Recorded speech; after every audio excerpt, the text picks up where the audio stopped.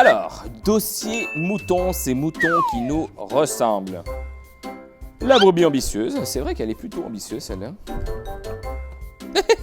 Super mouton à ses débuts. Il a dû se faire mal celui-là. Le mouton critiqueur, effectivement. Oh, l'ami du berger.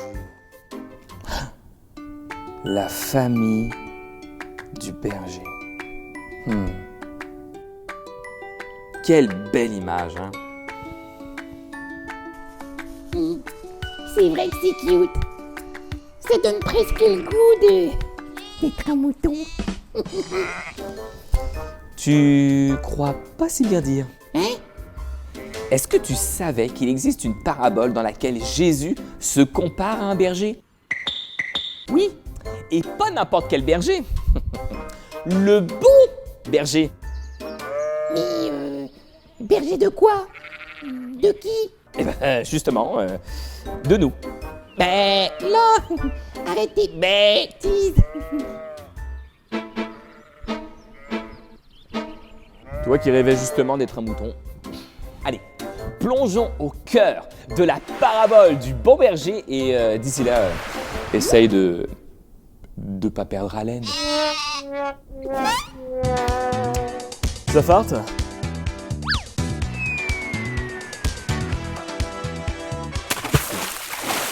Oui, je vous le déclare, c'est la vérité. Celui qui n'entre pas par la porte de l'enclos des brebis, mais qui passe par-dessus le mur à un autre endroit, celui-là est un voleur, un brigand. Mais celui qui entre par la porte est le berger des brebis. Le gardien lui ouvre la porte et les brebis écoutent sa voix. Il appelle ses brebis chacune par son nom et les mène dehors. Quand il les a toutes fait sortir, il marche devant elles et les brebis le suivent parce qu'elles connaissent sa voix. Mais elles ne suivront pas un inconnu. Au contraire, elles fuiront loin de lui parce qu'elles ne connaissent pas sa voix. Jésus leur raconta cette parabole, mais ses auditeurs ne comprirent pas ce qu'il voulait dire. Tiens, c'est nouveau ça. Alors, que peut bien vouloir nous enseigner Jésus au travers de cette parabole? Plusieurs choses en fait, mais j'aimerais m'arrêter avec vous aujourd'hui sur une chose en particulier. Comme vous l'avez entendu, dans cette histoire, il est mention d'un berger et de ses brebis. Il est dit de ce berger qui connaît toutes ses brebis par leur nom, qu'il marche devant elles et qu'elles le suivent parce qu'elles connaissent sa voix. Et qui est cet homme d'après vous? Jésus? Oui, Jésus! Et regardez ce qu'il déclare tout de suite après avoir raconté cette parabole. Je suis le bon berger. Alors, je sais pas quelle image vous vous faites d'un berger tout court, hein, mais c'est pas forcément un vieux qui pue le mouton, qui porte un béret sur la tête et qui a un bâton dans sa main. Quoi? Vous voulez ma photo? Eh ben oui, je pue. Bah faut dire que passer 24 heures sur 24, collé à ce troupeau de bovidés, eh ben l'odeur, vous faites pas que la sentir, ça devient un prolongement de vous-même. Dis Jacqueline, tu vas t'épouser bébé, oui. Bon, alors je me doute qu'avec une image comme celle-ci, vous allez avoir de la difficulté à me croire, mais les bons bergers, là, c'est des warriors, hein. Il y a qu'à voir le roi David. Bah... Désolé, j'ai de la laine dans la gorge. Il était pas roi, justement?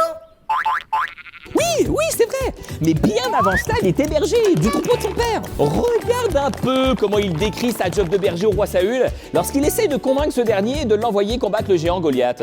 Majesté, si un lion ou un ours vient et emporte un mouton du troupeau, je le poursuis, je le frappe et j'arrache la victime de sa gueule. S'il se dresse contre moi, je le saisis par la gorge et je le frappe à mort.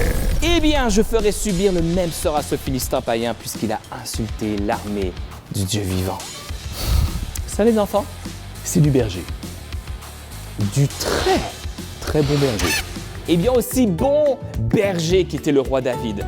Jésus, lui, il est le bon berger. Il nous appelle tous par notre nom. Il nous connaît, il nous guide et nous protège. Et il nous aime. Et Jésus ajoutera même que le bon berger est prêt à donner sa vie pour ses brebis. Pour ses moutons, si tu préfères. Mais j'y pense. C'est pas ce que Jésus a fait, justement? Bah oui, c'est vrai. Il a donné sa vie à la croix pour nous sauver. Exact! C'est pourquoi, réflexion faite, avec un bon berger comme Jésus, moi, ça me dérange pas d'être un mouton. Moi non plus. Ben, Quoi? ah non, rien. Je me disais juste que la laine t'allait très bien.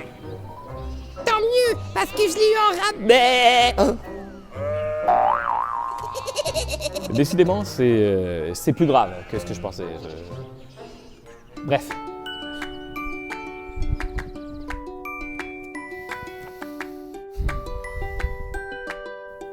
C'est fou comme on est béni de faire partie de la famille de Jésus. Tu trouves pas? Que ceux qui ont des oreilles pour entendre, entendent. Si vous n'avez pas tout suivi de ce que nous avons vu aujourd'hui, voici la Minute Olaf.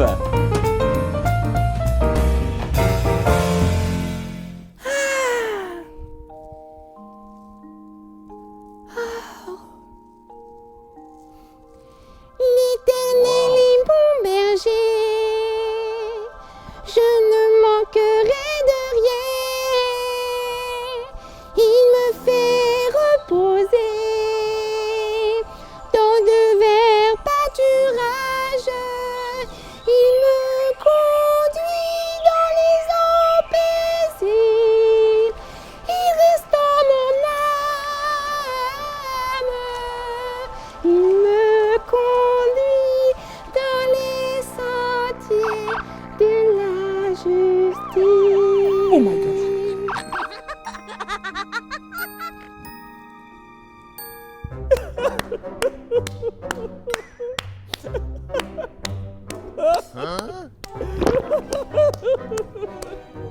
C'est beau, Laf.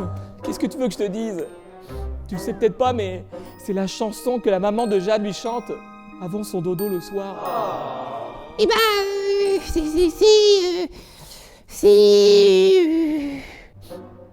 Merci. si je m'attendais à ce que Jay soit aussi émotionnel. En tout cas, moi j'aime beaucoup cette chanson. Dans les moments difficiles, elle me rappelle que Jésus est mon berger